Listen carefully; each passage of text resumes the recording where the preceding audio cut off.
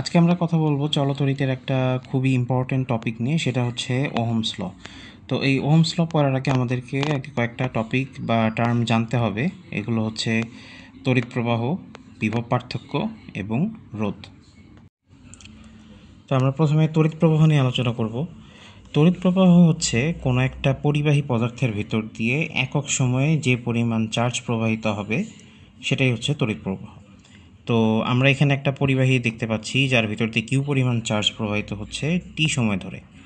তো এখন আমরা যদি চার্জকে সময় দিয়ে ভাগ করি তাহলে আমরা তড়িৎ প্রবাহ পেয়ে যাব। তড়িৎ প্রবাহকে আই দ্বারা প্রকাশ করা হয়। আমরা সংজ্ঞা থেকে দেখতে পাচ্ছি যে তড়িৎ প্রবাহ equal to charge divided by সময়। তো এখান থেকে আমরা সমীকরণটা দেখতে পাচ্ছি, অ্যান্ড এখান থেকে আমরা তড়িৎ প্রবাহের একক পেয়ে যাচ্ছি অ্যাম্পিয়ার, অথবা এটাকে কুলম পার সেকেন্ডও বলা যায়। তো চার্জের একক কুলম, সময়ের একক সেকেন্ড।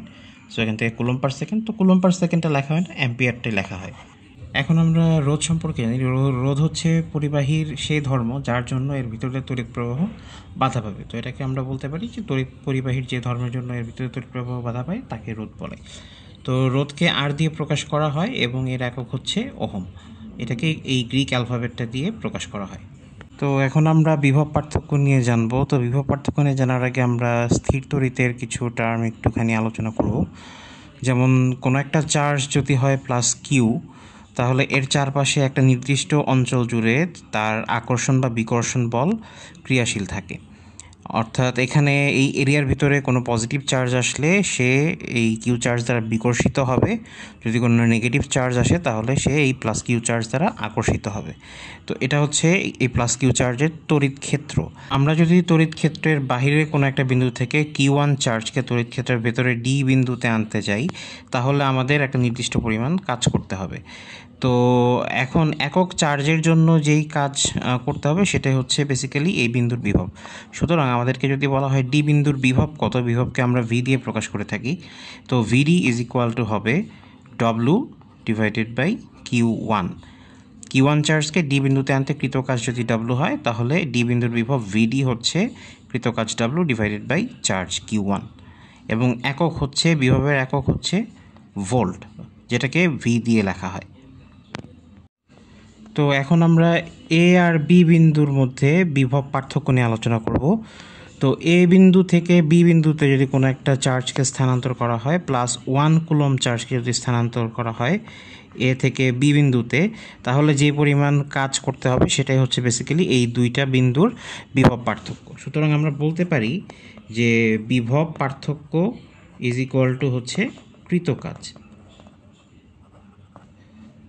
তো এখন আমরা যদি এ বিন্দুর বিভবকে বলি ভি এ এবং বি বিন্দুর বিভবকে যদি বলি ভি বি, এবং ভি এ যদি ভিবি থেকে বড় হয়, তাহলে এই দুই বিন্দুর মধ্যে বিভব পার্থক্য ডেল্টা ভি এ বি, এটা ইজ ইকুয়াল টু হচ্ছে ভি এ মাইনাস ভিবি।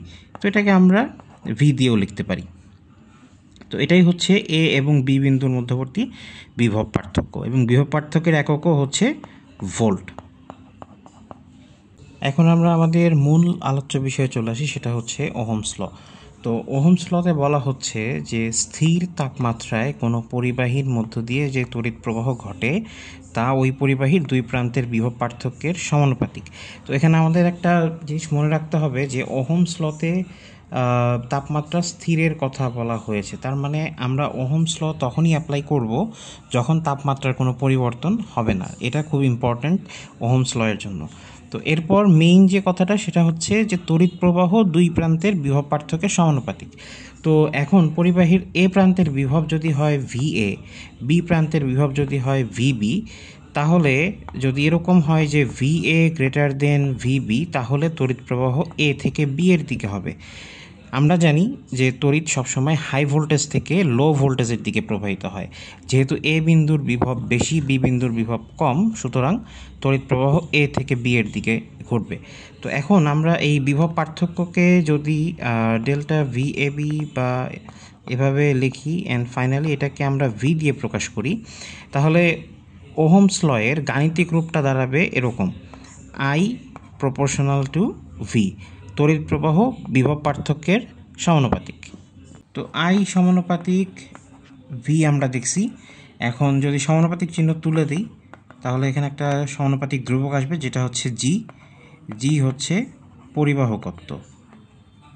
পরিবাহকত্ব আর রোধ দুইটা হচ্ছে পরস্পরের অপোজিট, তো আমরা জি ইকুয়াল টু 1/r লিখতে পারি। পরিবাহকত্ব হচ্ছে পরিবাহীর সেই ধর্ম যার জন্য পরিবাহী পদার্থ তড়িৎ পরিবহন করে, আর রোধ হচ্ছে সেই ধর্ম যার জন্য তড়িৎ পরিবহন বাধাপ্রাপ্ত হয়। সুতরাং আমরা জি আর আরকে এভাবে লিখতে পারি, জি ইকুয়াল টু 1/r। জি এবং আর পরস্পরের বিপরীত। এবার আমরা জিকে যদি 1/r দিয়ে রিপ্লেস করি তাহলে আমরা পেয়ে যাব I equal to V divided by R. তো এখান থেকে আমরা লিখতে পারি V equal to I R. তো এটা হচ্ছে ওহমের সূত্রের গাণিতিক রূপ, এবং এটা দিয়ে আমরা বিভিন্ন গাণিতিক সমস্যার সমাধান করব। আজকের ভিডিও এ পর্যন্তই থাকছে। আমরা সামনের ভিডিওগুলোতে ওহমস ল এর কিছু গাণিতিক সমস্যার সমাধান করব এবং এগুলো নিয়ে আরও বিস্তারিত আলোচনা করব। তো এই ভিডিও থেকে যদি কেউ উপকৃত হয়ে থাকেন তাহলে চ্যানেলটি সাবস্ক্রাইব করবেন, লাইক এবং শেয়ার করবেন।